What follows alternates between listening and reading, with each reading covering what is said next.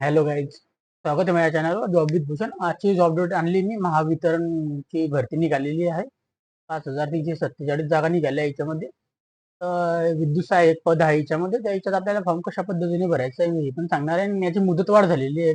म्हणून मी तुम्हाला हे व्हिडिओ मी परत बनवून टाकत आहे की आपल्याला सगळ्यांना ज्यांनी फॉर्म भरलेले नसतील, ज्यांना माहिती नसेल, त्यांच्यासाठी मी परत हा व्हिडिओ बनवत आहे की जेणेकरून त्यांचा फायदा झालेला पाहिजे विद्युत सहाय्यकसाठी.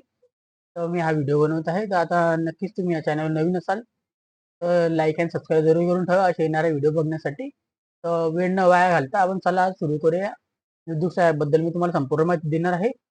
किती पद आलेले आहेत आणि परीक्षा कशी होणार आहे, वयोमर्यादा काय आहे, त्याबद्दल मी संपूर्ण इथे सांगणार आहे की आपली परीक्षा कधी होणार आहे ते पण सांगणार आहे. तर चला सुरू करूया आपण टाइम न घालता.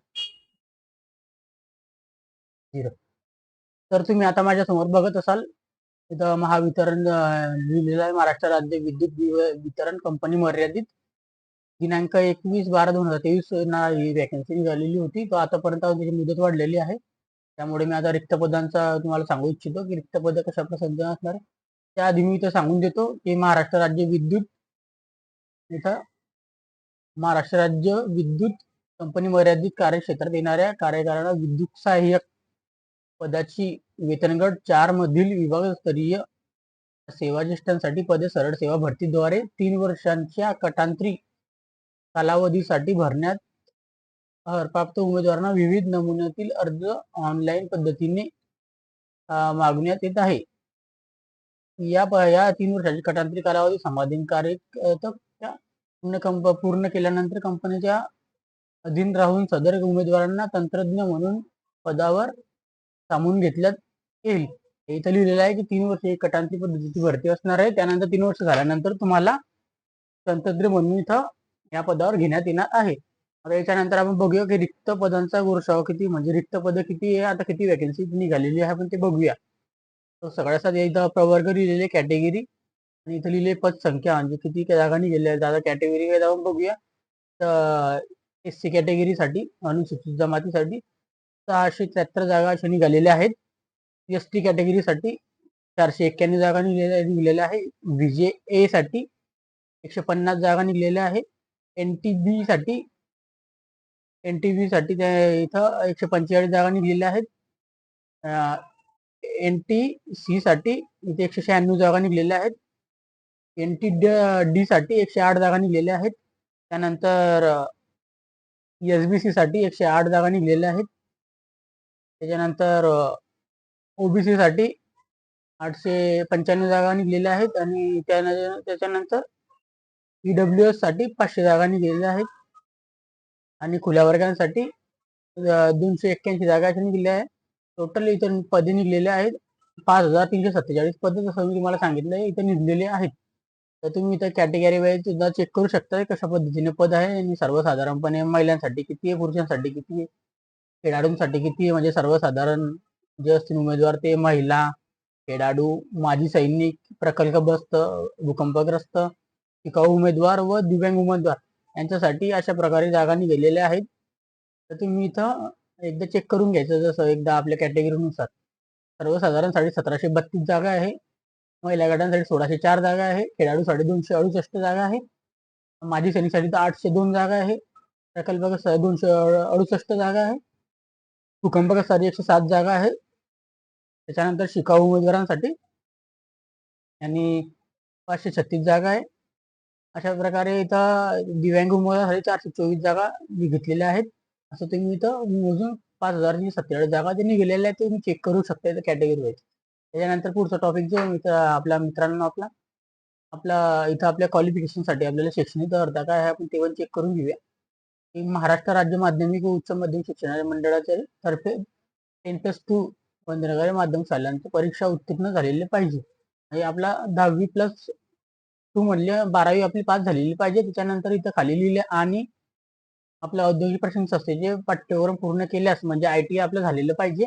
ITI इथं आपल्याला पाहिजे कंपल्सरी. ITI नंतर त्याच्यानंतर अथवा नाही तर अजून वीजतंत्री आणि तारतंत्री अथवा centre of action electrical centre यांच्या व्यवसाय दिलेले व्यवसाय प्रशिक्षण प्रमाणपत्र किंवा महाराष्ट्र राज्य परीक्षा मंडळ यांच्या तर्फे 2 वर्षांचा पदविकांचा अभ्यासक्रम प्रमाणपत्र आपल्याकडे पाहिजे, असे त्यांचे शैक्षणिक व्यवस्थामध्ये आहे. म्हणजे 12वी प्लस ITI प्लस हे थोडं त्यांनी इलेक्ट्रिक आणि याचं दिलेलं आहे. तुम्हाला आपल्या प्रमाणपत्र आपल्याकडे पाहिजे. आता त्याच्यानंतर आपला वयोमर्यादेसाठी आपण बघूया वयोमर्यादा काय आहे कॅटेगरी वाईज. तर ओपन साठी जे कॅटेगरी त्यांना 18 वर्ष पूर्ण पाहिजे तर 27 वर्ष आवश्यक आहे. 27 वर्षापर्यंत तुम्ही भरू शकता. 18 ते 27 पर्यंत आहे. जे मागास विद्यार्थी आहे EWS ST कॅटेगरीचे येतात त्यांच्यासाठी 5 वर्षाची सूट राहील. म्हणजे त्यांना 27 प्लस 5 झाली 32 वर्षापर्यंत भरू शकतात. आणि दिव्यांग उमेदवार आहेत त्यांच्यासाठी 45 वर्षापर्यंत वयोमर्यादा आहे. माजी सैनिकांसाठी 45 वर्षापर्यंत राहील. अशा पद्धतीने तुम्ही इथं वयोमर्यादा चेक करू शकता. इथं पीडीएफ मी तुम्हाला डिस्क्रिप्शन बॉक्समध्ये पण टाकून देणार आहे. त्यानंतर आपण मानधन बघूया पगार किती असणार आहे कटांची पद्धतीमध्ये. प्रथम वर्षासाठी 15,000 रुपये महिना तुम्हाला असणार आहे. एक पहिल्या वर्षासाठी. द्वितीय वर्ष म्हणजे दुसऱ्या वर्षासाठी तुम्हाला मानधन असणार आहे पगार 16,000 रुपये असणार आहे. तिसऱ्या वर्षासाठी म्हणजे तृतीय वर्षासाठी तुम्हाला 17,000 इतकं मानधन असणार आहे. अशा प्रकारे तुम्हाला आहे. त्यानंतर तुम्हाला इथं लिहिलेलं आहे इथं प्रवक्ता मानधनातून भविष्य निर्वाह निधी आयकर व्यवस्था इत्यादी वजावट करण्यात येईल. भविष्य निर्वाह निधींच्या अनुषंगाने निर्मित केलेल्या वेतन रक्कम वेतन निवास जमा करता येईल. त्याच्यानंतर विद्युत सहाय्यक या पदावर 3 वर्षाची कटांतरी कालावधी समाधानकारक पूर्ण केल्यानंतर कंपनीच्या नियमानुसार उमेदवारांचे तंत्रज्ञ या नियमित पदावर त्यांना 50,835 वेतन श्रेणीमध्ये घेण्यात येईल. म्हणजे तुम्हाला 3 वर्ष कटांतरी पद्धती झाल्यानंतर तुम्हाला तंत्रज्ञ म्हणून इथं निवडल्या या पदावर घेतल्यात येण्यात जाईल. त्यानंतर तुम्हाला पगार जो येण्यात येईल 50,835 रुपये तुम्हाला पगार होऊ शकतो पुढे चालून. ऑनलाईन पद्धत तुम्ही इथं करू शकता. त्यानंतर इथं लिहिलेल्या आरक्षणांची सर्वसाधारण तरतुदी आरक्षण मागासवर्गीयासाठी आरक्षण कशा प्रकारे हे पण इथे लिहिलेलं आहे. तर भरपूर मोठी माहिती आहे. समांतर आरक्षणाबद्दल तरतुदी लिहिलेल्या आहे ते पण तुम्ही इथं वाचू शकता. महिला समांतरांचे आरक्षण पण इथे लिहिलेलं आहे. तुम्ही इथं वाचू शकता. भूकंपग्रस्तांसाठी पण इथं आरक्षण लिहिलेलं आहे ते कशा प्रकारे तुम्ही वाचू शकता. प्रकल्प व्यवस्थापन आरक्षण लिहिलेलं आहे इथं ते पण इथं वाचू शकता. भूकंप समांतर आरक्षण पण इथे लिहिलेलं आहे. त्याच्यानंतर शिकाऊ उमेदवारांसाठी समांतर आरक्षण पण आहे वेगळ्या प्रकारे. नंतर उच्च गुणवत्ता खेळाडूंचे पण आरक्षण आहे इथं कशा प्रकारे ते पण तुम्ही इथं वाचून घेऊया. दिव्यांग प्रवेश वर्गांना पण समांतर आरक्षण आहे. ओके. त्यानंतर इथं खाली लिहिलेलं आहे विद्युत सहाय्यक पदाकरता सुनिश्चित केलेले दिव्यांग प्रकार पण इथं दिलेले आहे. विद्युत सहाय्यकचे दिव्यांगी प्रकार आहे कुष्ठरोग मुक्त शारीरिक वाढ खुंटणे आम्ल स्तंभ अशा प्रकारे इथे दिलेले आहे. शारीरिक प्रकार दिलेले आहे. दिव्यांग विद्यार्थ्यांनी हे वाचून घ्यायचं आहे. त्यानंतर माजी सैनिक समांतर आरक्षण आहे त्यांना 15% समांतर आरक्षण राहील असं इथे लिहिलेलं आहे. तुम्ही पूर्णपणे इथं वाचून घ्यायची माहिती.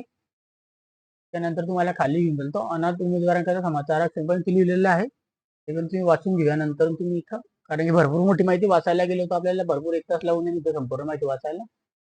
त्या निवड पद्धती बघूया आपण. जे परीक्षा होणार ते ऑब्जेक्टिव्ह टाईप होणार आहे. ऑनलाईन पद्धतीची परीक्षा असणार आहे. ऑब्जेक्टिव्ह टाईप असणार आहे. ओके. त्यानंतर हे कशा प्रकारे होणार आहे ते पण मी तुम्हाला सांगतो. ही परीक्षा जी आहे ऑनलाईन परीक्षा सदर होणार आहे. एज्युकेशनल क्वालिफिकेशन व जनरल ॲप्टिट्यूड या आधारित होणार आहे ऑनलाईन परीक्षा. बरोबर. त्यानंतर तुम्हाला मी सांगतो अनुक्रमे तुम्हाला विषय आणि उपविषय काय ते पण सांगून देतो. तांत्रिक व्यवसायातील विषयाचे ज्ञान म्हणजे प्रोफेशनल नॉलेज या विषयावरून तुम्हाला 50 प्रश्न येणार आहे. एकूण मार्क तिथं राहणार आहे 110 मार्क असणार आहे 50 प्रश्नांसाठी. बरोबर. त्यानंतर दुसरं जे आहे त्याच्यामध्ये पॉईंट आहे सामान्य उपयोगिता म्हणजे जनरल ॲप्टिट्यूड मध्ये तुम्हाला अबक दिलेले आहे. तसं अ मध्ये दिलेलं आहे तंत्रक शक्ती म्हणजे रिझनिंग साठी 40 मार्क दिलेले आहे. 40 प्रश्न दिलेले आहे सॉरी 20 गुण आहे त्याच्यासाठी. आणि तिथं ब मध्ये दिले आहे संख्यात्मक अभियोक्ता त्यासाठी म्हणजे कॉम्पिटिटिव्ह ॲप्टिट्यूड साठी तुम्हाला 20 प्रश्न दिलेले आहेत 10 मार्कांसाठी.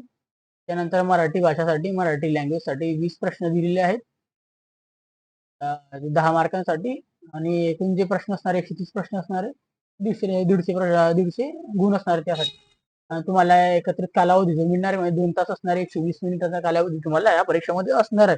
त्याच्यानंतर तुम्हाला मी सांगू इच्छितो त्याच्यामध्ये तुम्हाला 1/4 असणार आहे म्हणजे तुम्हाला दंडात्मक गुण पेनल्टी भेटणार आहे. पेनल्टी गुण आहे तो 1/4 असणार आहे ते लिहिलेलं आहे त्यांना. म्हणजे एक चुकलं त्यांना 1/4 इथं पेनल्टी राहणार आहे. त्या प्रकारे राहणार आहे. त्याच्यानंतर तुम्हाला मी इथं आता पुढचा भागाकडे नेतो. अर्ज करण्याची पद्धती पण इथं लिहिलेल्या आहेत. या अर्ज करण्याची पद्धती तुम्हाला मी साईड पण देणार आहे. आता याच्यानंतर आपण बघूया परीक्षा शुल्क बघूया आपण.